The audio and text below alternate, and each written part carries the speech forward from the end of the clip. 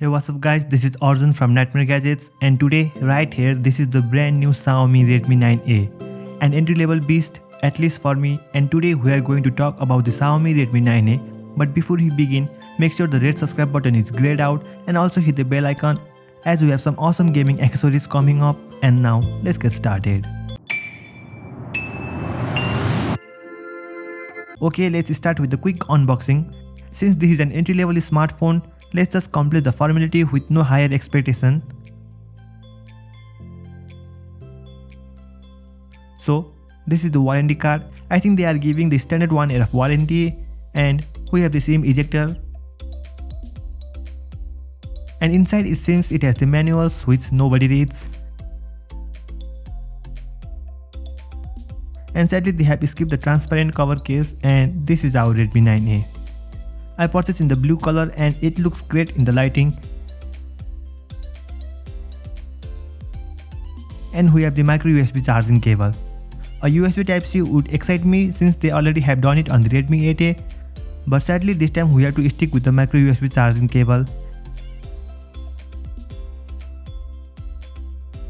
And this is the charging adapter.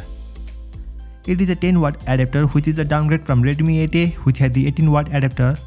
So this was the box content, nothing much exciting, but when you hear about the A series from Redmi, it is an entry level smartphone with tightly packed feature in a very aggressive pricing. Let's see what it offers this time. So I'm gonna start with the design first, and later I'll talk about the performance of the new MediaTek G25 processor, so stick till the end.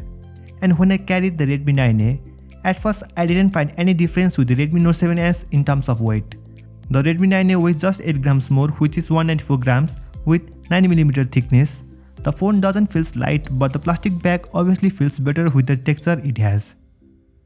Now coming back to the plastic bag, this has a very interesting texture finish that feels good in the hand, and I like that it keeps fewer fingerprint smudges.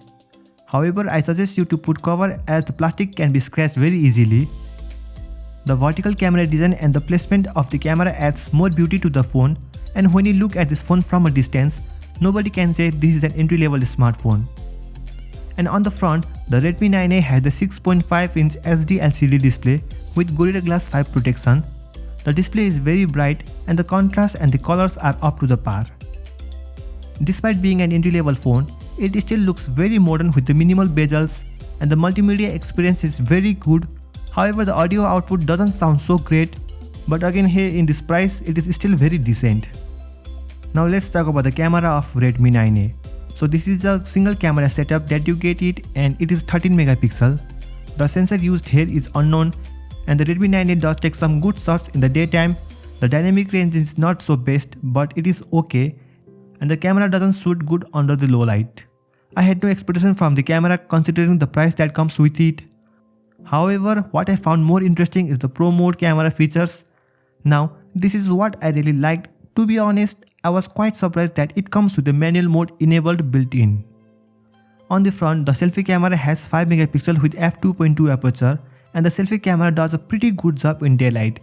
I like the portrait mode, the edge detection is quite good, and there are some filters and beauty mode toggles if you need it. Some of the camera features are cool, but what's not exciting is the 10 watt slow charger. The Redmi 9A has the massive 5000 mAh battery, and the battery life fairly should give you a juice for 1 or even more than a 1 day, depending on your usage. However, charging your phone from 0 to 100 will take more than 1.5 or even more than 2 hours sometime, which is a bit stressing. Now let's talk about what's under the hood of the Redmi 9A. So the Redmi 9A has the expected MediaTek Helio G25 chipset. Lately, MediaTek has been making some awesome chipsets for entry-level smartphone as well. To be honest, I am more satisfied with the MediaTek G25. It has the better CPU core than the Snapdragon 439 which was used on the earlier Redmi 8A, and also the MediaTek Helio G25 looks more promising in terms of gaming. Even though this is an entry-level smartphone, you can do some light gaming without any lags. I also played PUBG Mobile Lite and Free Fire, and the experience in medium graphics and the high frame rate was good enough.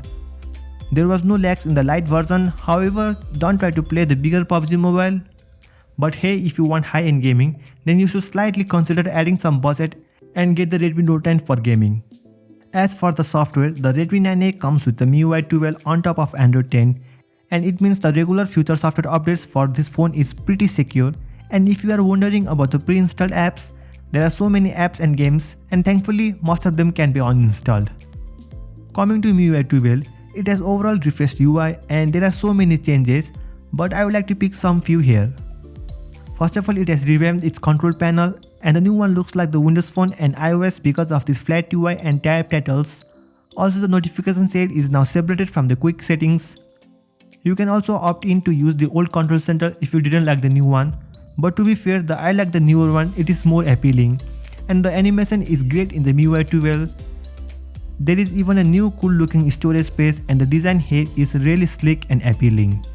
And the other visual change is in the gesture, and the MIUI 12 uses the Android 10 gesture, so you get the bigger bar at the bottom, and there is other user gesture as well. Apart from the MIUI 12, now it has the super awaited changes in its launcher. As you can see in the launcher settings, now you have an option to enable the app drawer, and now your home screen can be clutter free and you can enjoy your wallpapers. Well, this is it for the Redmi 9A.